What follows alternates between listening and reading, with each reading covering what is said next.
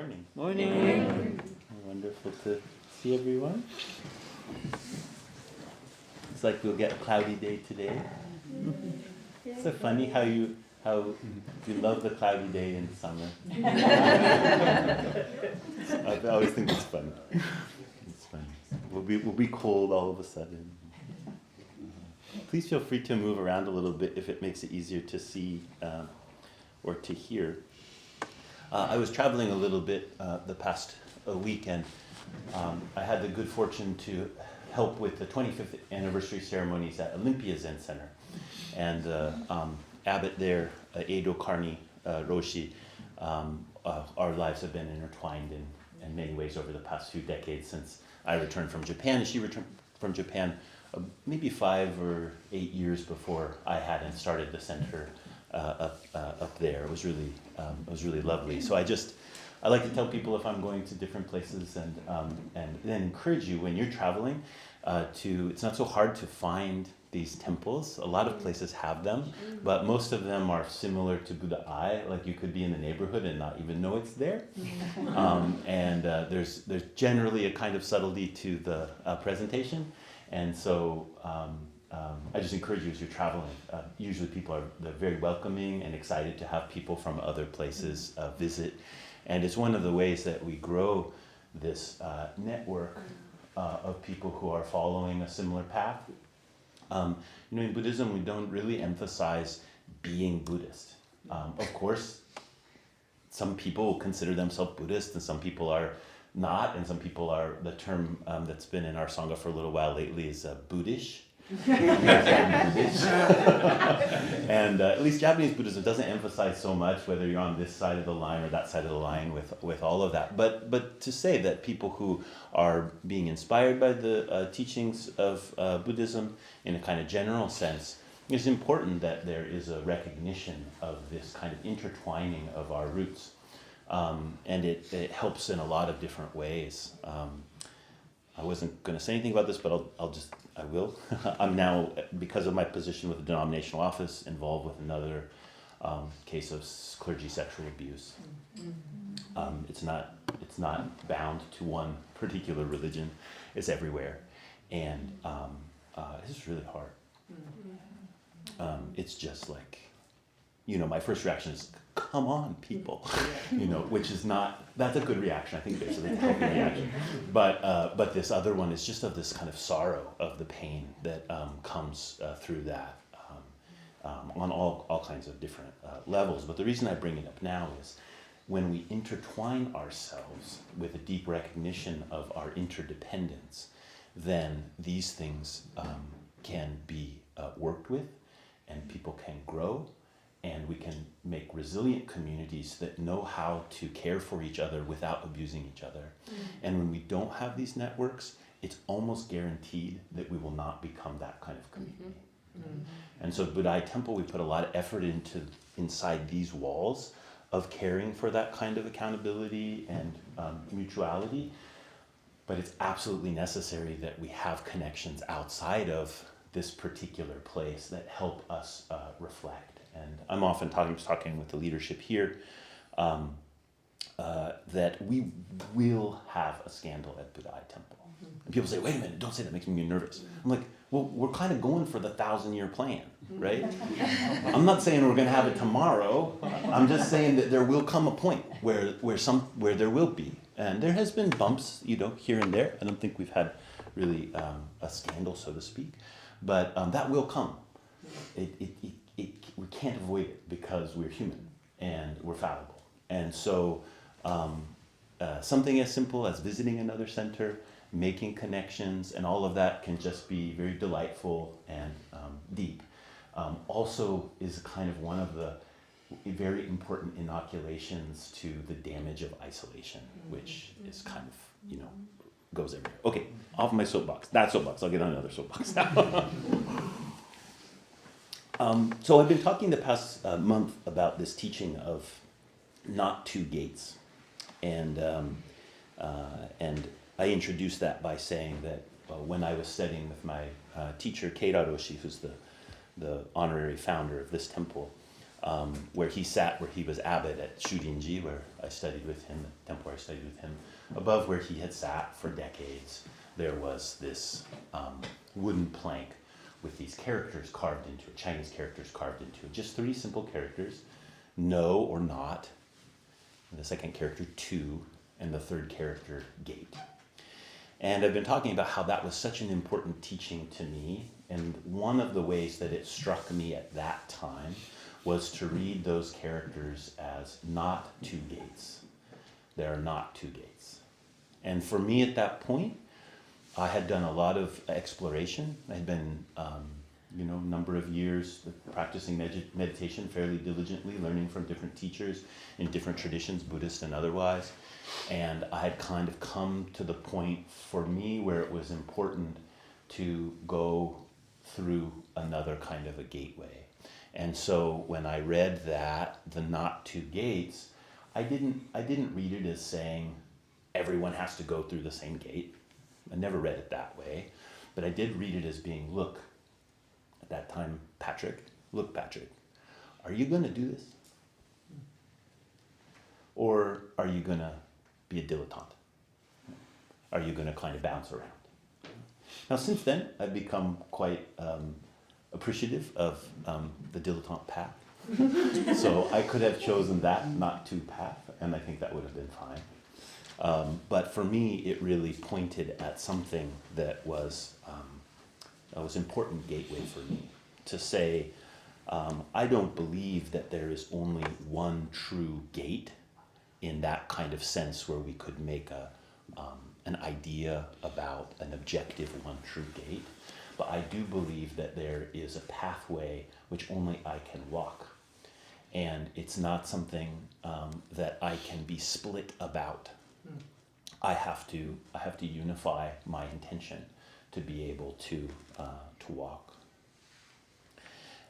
As I sat with that teaching of not 2 gates, and I studied more, and I did enter a gate of ordination with my teacher and became a monk, I realized that usually the way that those 3 characters are read is the gate of not 2.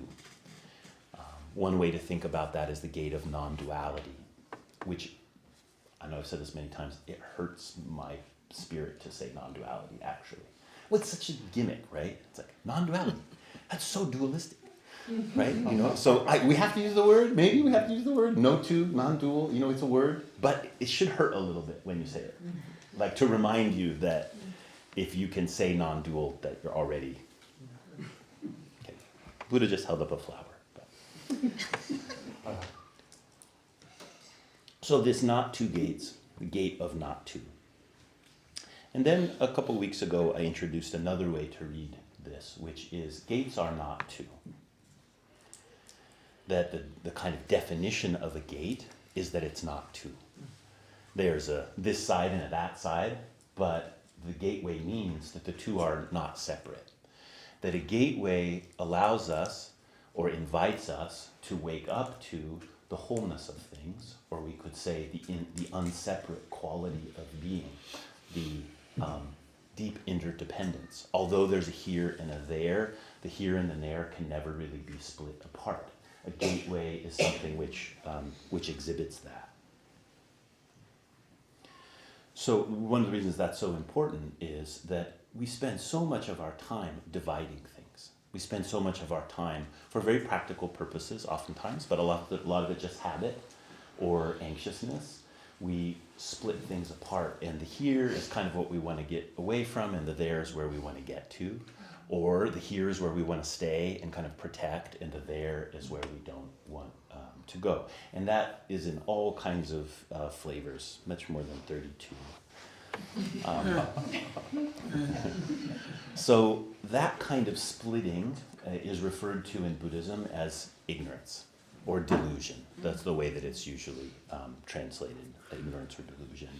Really the gate of 2, the place in which we make that divisive sort of basic mentality about life. Buddhism says that operating through that ignorance, through that kind of clouded vision, we create greed and hate, and those become the building blocks of all kinds of unskillful action. Right? a divided body of being. That's another way we could talk about it. That there is a body of being which is inseparable. And as we separate it, we're always falling into this essential mistake of pushing against one thing to try to get the other. And whatever we may get is always marked by what we've pushed away from, or vice versa. Now, interesting, in Chinese, the character for delusion or ignorance is no illumination, not illuminated, not luminous, not radiant. So I'm going to talk about that a little bit later in the talk, but just hold on to that kind of image. How is it when things are not radiant?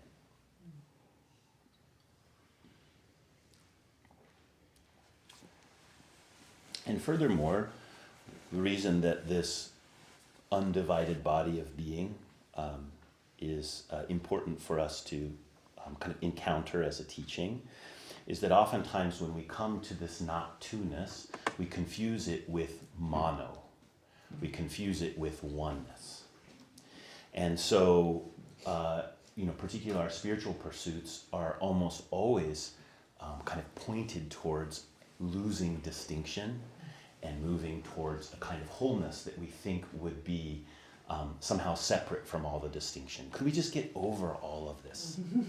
That's sort of our spiritual impulse.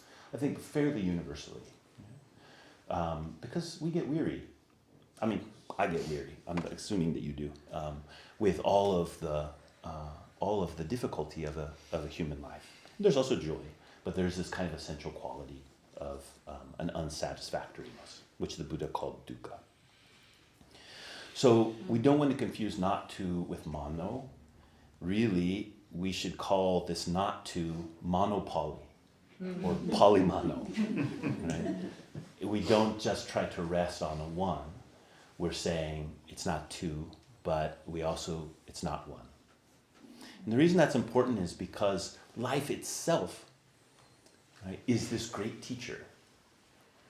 And when we try to pull back from life and try to have some abstract idea of its oneness, then we lose the individual or the particular possibilities for a deep learning or waking up that happen.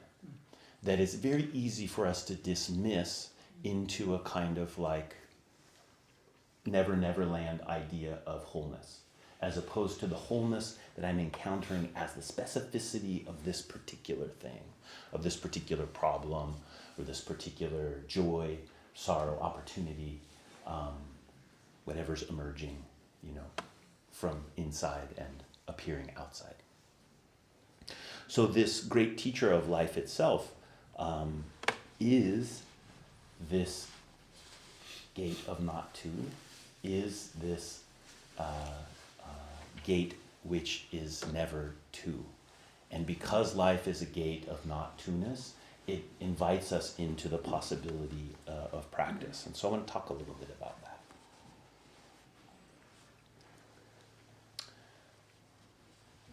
So one of the things that we talk about in twos often is the outer and the inner. And this experience of outer and inner, although Buddhism would say is not fundamentally real, it says there's not fundamentally an outer and inner, but with the caveat that actually neither is the floor fundamentally real, or the earth, or your hair, or anything else, okay? So to say that it's fundamentally unreal means that it's not fundamentally independently existing. There's not an outer which independently exists from an inner, or an inner that independently exists from an outer. And so it's good for us to use those words because they are words that show up in the way that we experience things. Sometimes when we cleave too much to the idea of non-dual, that idea of non-dual keeps us from thinking about the significance of outer and inner, for example. Right? So that's why I'm bringing it up here. So as you're bopping along in your life, as we tend to do, you may notice that things are ungraspable. That experiences, relationships, accomplishments, anything that you could name as something that's part of life is really not something which you can hold. You could experience it, but it's not something which you can capture. In the translations of the Prajnaparamita Sutra, sometimes they translate this as apprehend, which I like. You can't apprehend it, which sometimes means to like comprehend, right? But also means like to stop, like a police officer apprehends a criminal, right? So you can't apprehend, you can't stop it. And that ungraspability, the Buddha Shakyamuni pointed to two fundamental aspects of that ungraspability. One of them is impermanence. That although life is full of all kinds of experiences, all kinds of things, all kinds of people, all kinds of relationships, that they're not permanent. They're not permanent in a kind of fixed way, that they're always changing in some way. And the second aspect of this, which in some ways is more challenging, is he said, even when they seem like they're relatively still, they're not even themselves. They're not even what we think they are. They're not a kind of independently existing thing, and neither am I. Right? And neither am I. So these are two ways that the Buddha expressed the principles of the ungraspability of life, and we come into those through all kinds of experiences. One of the most obvious ways is through tragedy. When you encounter a tragedy, personal or someone that you're observing it, it just hits you. Just what is outer very quickly becomes inner. And you know that you can't grab onto the way things are supposed to be, the way things were, any of the kind of way that I might say, but here's the map. Have you ever had that when you're following Google Maps? And you say, there's supposed to be a road here. It's really funny. I get to a place, I was like, I was supposed to be able to get through here. See, it's on the map. It's like, well. But we're doing that all the time, right? We're doing that all the time. But it's not just tragedies. Tragedies have a way of providing a very big opportunity. But the subtle movements of a day-to-day life, the way that relationships evolve, the way that our day-to-day experience moves along, we're faced with this kind of impermanence and no self continually. I call that the day-to-day dukkha, the day-to-day suffering, which is not so big, which makes it harder to learn from in some ways, because you just kind of feel like, and we're more likely to slough off, spiritually, to slough off into the mono at that point. We're like, oh, if I could just get rid of all, I'll go to the temple, sit for a while, and everything will be peaceful. Which is great. I love that it's that way at the temple. But then we confuse that with being this kind of sloughing off of the complication, rather than, okay, actually, I need to wake up to what's going on here. The unsatisfactory quality of experience, of relationships, etc., is something that we're facing all the time. I don't mean to say that any of these things are unimportant or that we shouldn't engage them vigorously. We should engage them vigorously. Buddhism doesn't say that these are all a problem. What the Buddha's teaching says is that we misunderstand them when we try to apprehend them. We have a much better opportunity than capture. And that opportunity we have is that whatever is ungraspable in the outer brings us to the threshold. It invites us to encounter the ungraspable inner. When we've grasped or we've sort of created our solid position, all of the changes and difficulty in the outer world becomes untenable. Become what? Untenable. Yeah. Because the rigidity of our own heart sets in. And so in each of those places, whether it's something which you know, there's no reason for it to happen, and you can have all of the anger and sorrow about that thing that happens in the outer world, but it's also giving you the opportunity to realize your own rigidity, to see into the artifice which you've created in your inner world, to resist anything in the outer world. So, whether it's a big thing or small things, there is this continual invitation. in the Diamond Sutra, which I quoted a couple weeks ago, where the Buddha's encouraging Subhuti, he says, don't dwell in a sight, a sound, a smell, a taste, a touch, or a feeling or a thought. He's saying a bodhisattva does not abide there. This is what he's pointing at. When you abide in the sight or the sound or the smell or the taste or the touch or the feeling or the thought of some experience, when you make your home there, you're already separated from the capacity of it inviting you inward. Sometimes people translate this not abiding as to not be attached to. I don't like that translation as much because it gives people this idea that they should just don't care about things. Mm-hmm. It's not about don't care about things. It's deeply care about things and let them point you inward.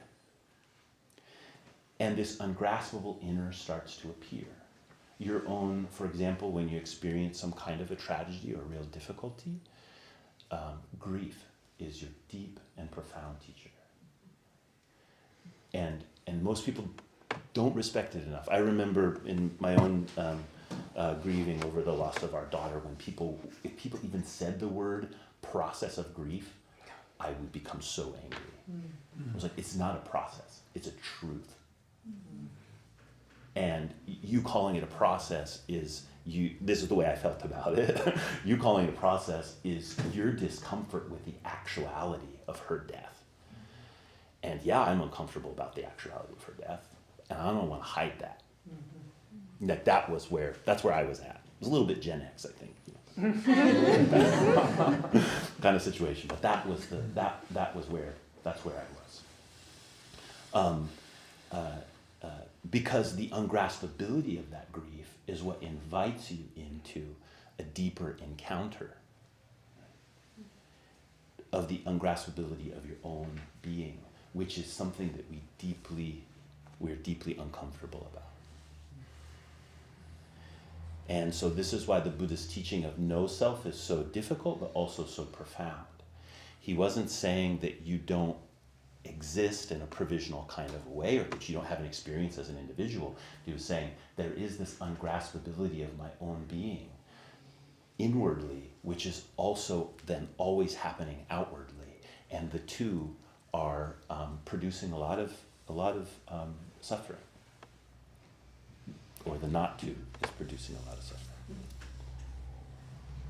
So when you come across difficulty, whether again it's tragedy or it's more garden variety kind of unsatisfactoriness, etc., there's a real practice in this not dwelling in all of your stories about its outer manifestation and letting the reverberations that are inner come to life. But then not dwelling there either. And this is something which is really difficult because all of the inner stories then become a dwelling place that rigidifies and then creates the opposite problem in the other direction. So the recognizing that there's no place to land in here is actually an opportunity to not be rigid in the internal, but to allow for the fountain of emotions, the fountain of thoughts, the fountain of sights, sounds, smells, tastes, and touches, all to emerge. It's like what sometimes looks to us like a dark pit is actually a fountain. But when we cling to the difficulty of not having a place to land or the ungraspability of the inner, it has a tendency to show itself as a pit, to show itself. I'm just smiling because one of the beautiful children just bowed here. Yeah. Carrying a flower, the next one. Yeah. So it's this kind of pit, which is deeply unsettling, that Buddhist practice invites us to, particularly the practice of zazen. Now I want to say that sometimes that no place to land is very quiet, and it can be, if you just open yourself to the truth of that, you can find a quietness very quickly. Like maybe you're sitting by a river. That's a good thing to do this time of year. Any time of year, but particularly right now. Just sitting by a river quietly. Well, you could be meditating, with a bell and everything, but I just make it more simple. You're just sitting by a river. And you let your mind open up a bit. Let go of the kind of turmoil of whatever the day is, or the churn of what needs to get done, etc. And you practice this non-abiding, where you say, I'm not looking for a place to land internally, but I'm just allowing some awareness. Sometimes that alone will just bring on a kind of quietness, and you can spend some time there. Don't force it. But the reason I'm saying that is, a lot of times, what you run into is not particularly quiet. You might run into a lot of difficulty there. Some of it might be just sort of garden variety junk, like, just kind of spinning around. That's not so hard to work with. But some of it might be really charged. And one of the things within a meditation practice that's really important, in the same way that we care for our bodies and we don't just try to twist our body into a shape that it's not ready for and hurt ourselves, we want to do the same thing with that ungraspable mind, the ungraspable heart, which is not controllable. You don't want to just try to twist it into some shape that you think it's supposed to be in.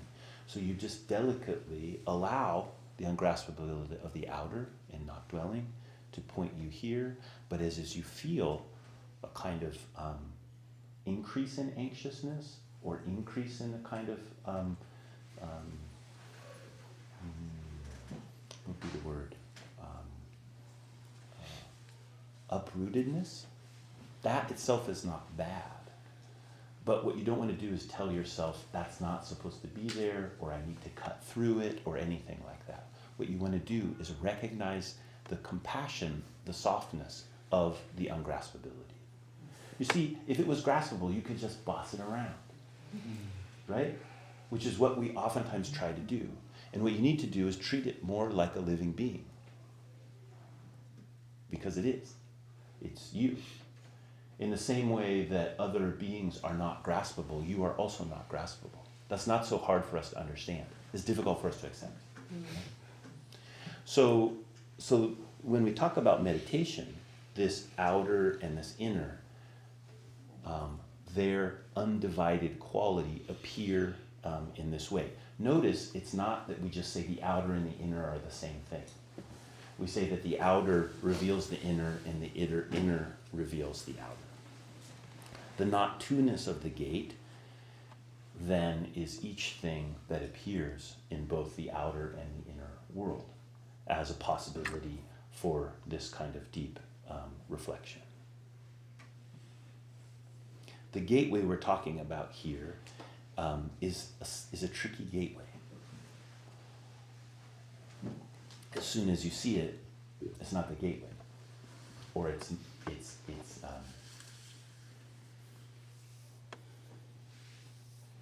the appearance of the gateway is not what you think it is, even though the gateway does appear as something.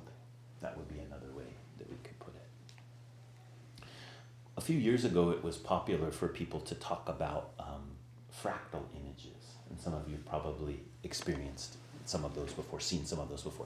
If you haven't, or if you have, and this is reminding you of how fun they are, if you go on the computer, the internet, it seems funny to say go on the internet anymore, because we're just all on the internet all the time. But if you look for fractal generator, there's many that are very interesting, and it's a mathematical equations which have this very interesting quality, and when they plot them out, at any level that you see them, they replicate themselves.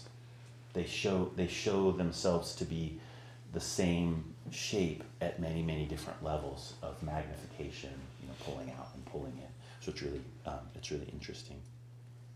There's a thing called a Skopinski triangle. Some of you might be familiar with, where you have a triangle, and then you cut it into triangles, and you cut those triangles into triangles, and those triangles into triangles, and those triangles into triangles. It just goes on. It just goes on forever. It's quite a trippy image if you've never seen one. Or a yantra. Some of you yoga practitioners might have seen that before. It's kind of a mandala that's made up of triangles pointing up and down. So these are kind of more what we're talking about when we're talking about the gate. Of course, it shows up as something. It shows up as this immediate experience, which may have an outer quality that then can also point you to an inner quality, which then also points to the outer quality. But that its singularity should not be confused with it being single. That it's actually everywhere and appearing now as this thing that you're encountering. That's the kind of logic behind it. It reminds me of a place that I visited several times when I was living in Japan, is in a town called Kamakura, which is fairly close to Tokyo, and I used to like to go visit there. There's a very famous Buddha, large Buddha there, called the large Buddha of Kamakura.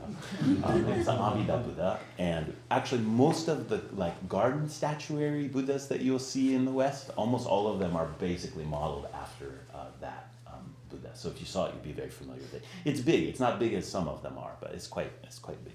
So I used to like to go there, and there was a shrine that we used to visit, or I would visit when I would go there, and it really left an impression on me. And I looked it up this morning to find out what the name of the shrine was. It's the Sasuke Inari Shrine, and some of you may have been there before. Have you been there? Yeah. And it's very famous for having these gates. The gates on shrines and temples are a little different. The shrines are usually to a deity of some kind, a local earth deity or otherwise. And they're vermilion, so they're that kind of bright red-orange color, quite striking. And they're usually the poles, sometimes they're straight up and down, but oftentimes at a slight angle, and then there's a couple horizontal pieces like this. You've probably seen that kind of a gate before in Japanese imagery. Well, at this shrine, there's hundreds of them. They're all lined up. So when you go to the shrine, you're going through gate after gate after gate after gate after gate after gate. It's like a tunnel of gates. Wow. That's what I'm talking about. So if you took that tunnel of gates and then you said, actually, every conceivable atom of being is also one of those red gates. But you're going through a tunnel of them. For whatever reason, the thread that you are of your life going through all of those beads, right? That's what's happening. It's interesting, the founding of that shrine kind of connects here in another way. It was the first shogun of Kamakura, Minamoto Yoritomo, that he had a dream of a white fox that gave him instruction about how to defeat his enemies, and that's why he created that shrine. That shrine is if you hear the word inari in a shrine's name, that's referring to the messenger beings, which were usually foxes. To be white is also special. The reason I'm bringing this up is because I like that kind of stuff, but also it points to another thing about this quality of the gate. When we allow the ungraspable outer to reveal the ungraspable inner and the other direction, through that gateway, there are intermediaries that appear. There are, those will be different depending on what kind of person you are. If you're a visionary type person, you may see a white fox. Right?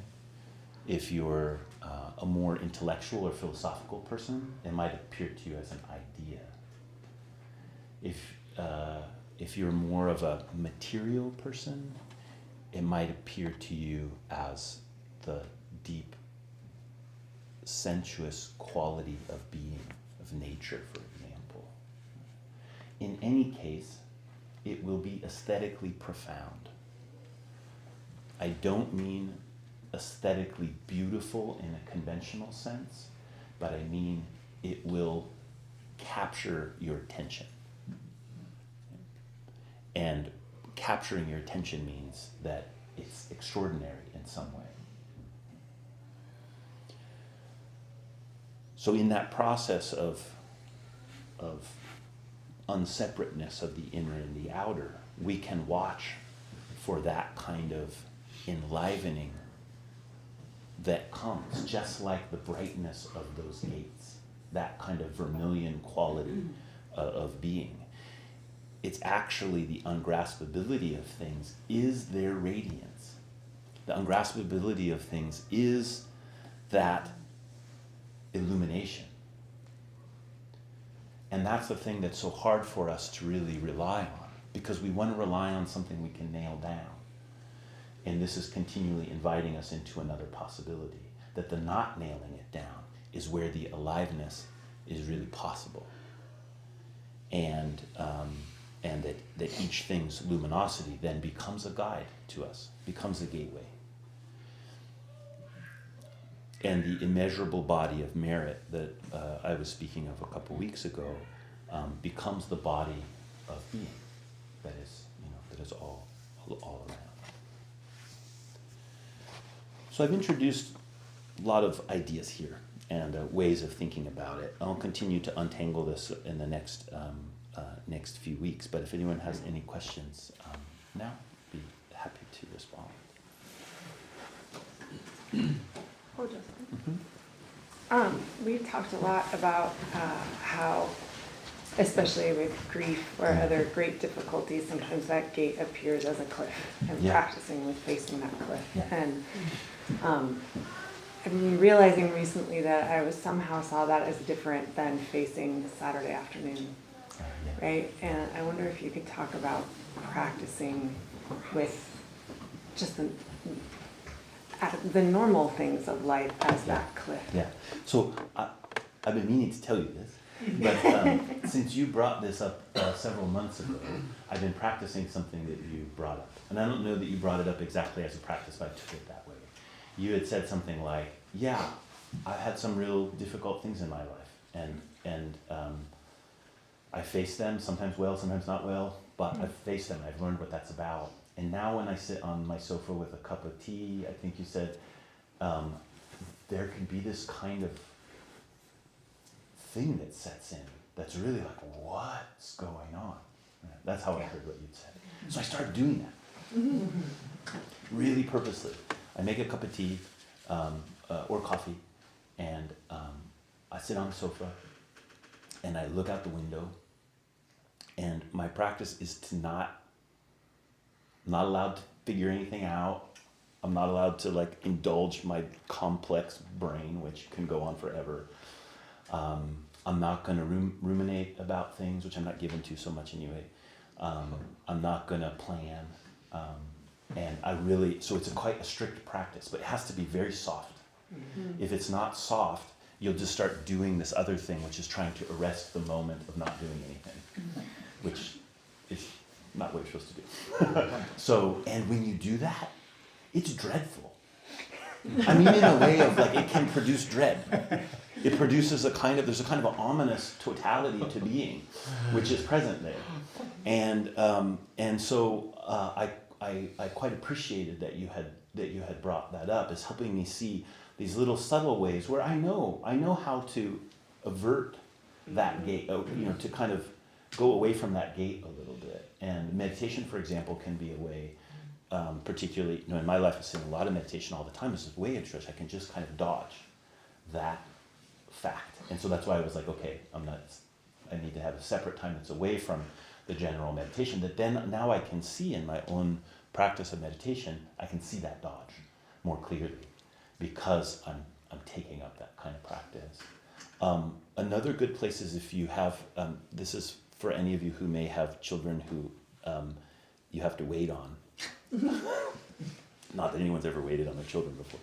I just remember when I was, like when they're that age and you're driving them everywhere and you're doing all that sort of stuff. I know some of you are involved in that. And there's just these kind of chunks of time where you're waiting, which basically you're like, okay, it's 10 minutes, so I know. But then what happens if they're late, or they're late in an inconsiderate way, or they don't thank you for picking them up, or all these different kind of possibilities. But in that little set of time, I used to do something similar to that.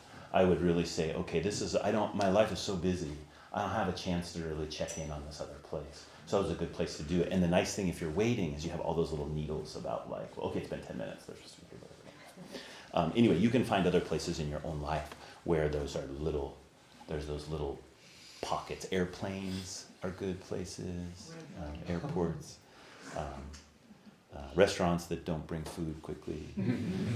And really, it's a patience kind of practice, I would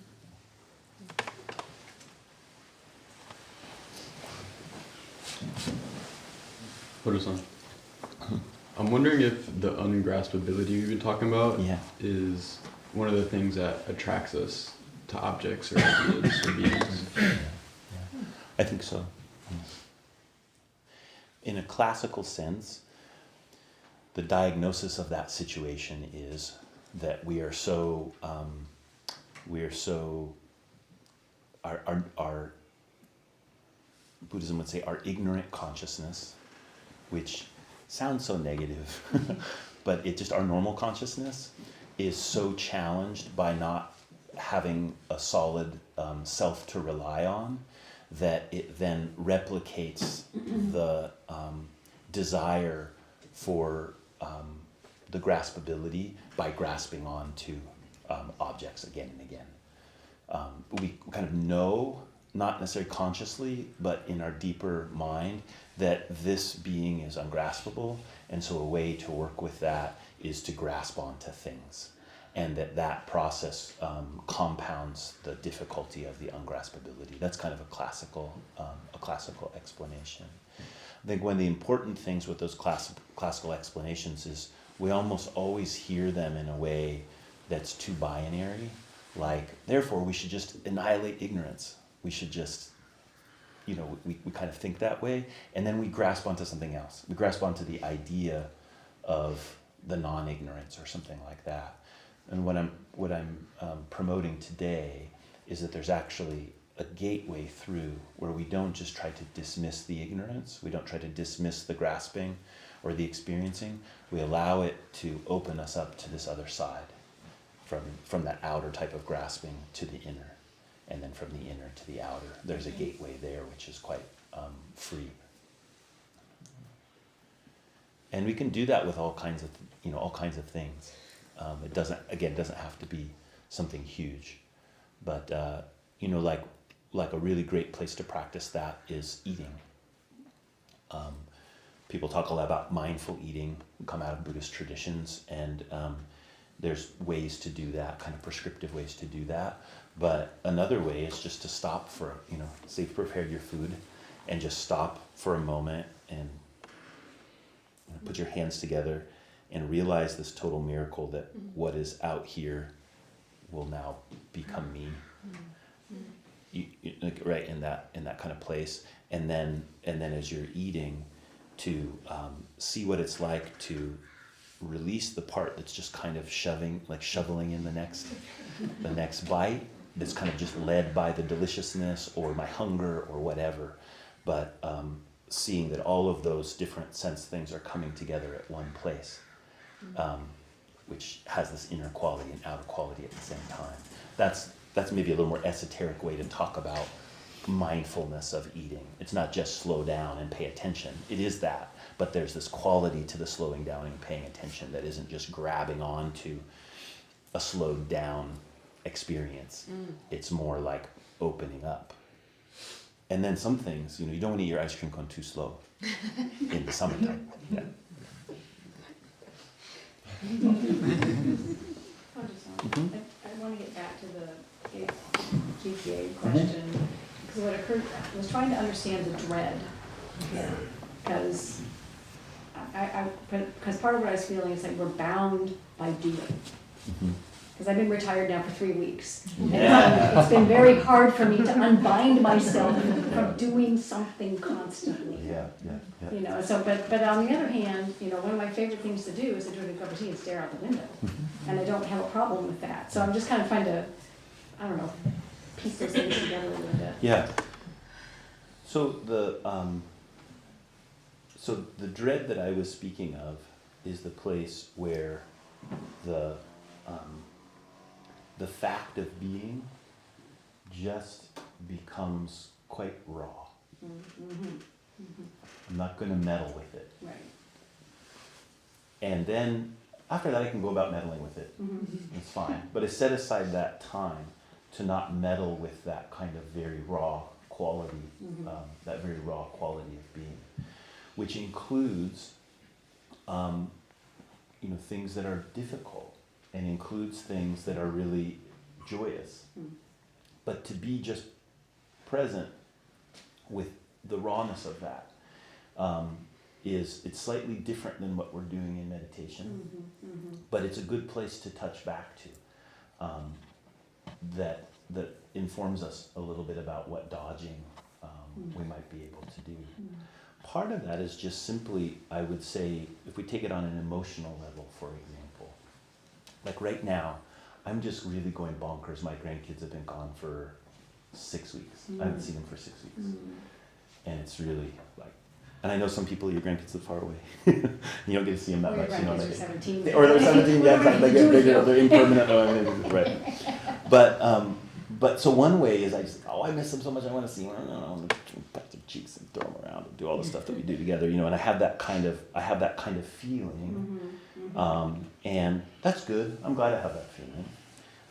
But in other places where I go, okay, I'm going to go behind the feeling. I'm not going to dwell in the feeling. I'm like the thoughts and feelings about it, and all the ways I know what they feel like. Right. So there's a touch and smell and all those things that are part of it. I'm not going to dwell there. I'm going to dwell there a whole bunch, right? So this opportunity I have is to say, no, I'm not going to dwell there.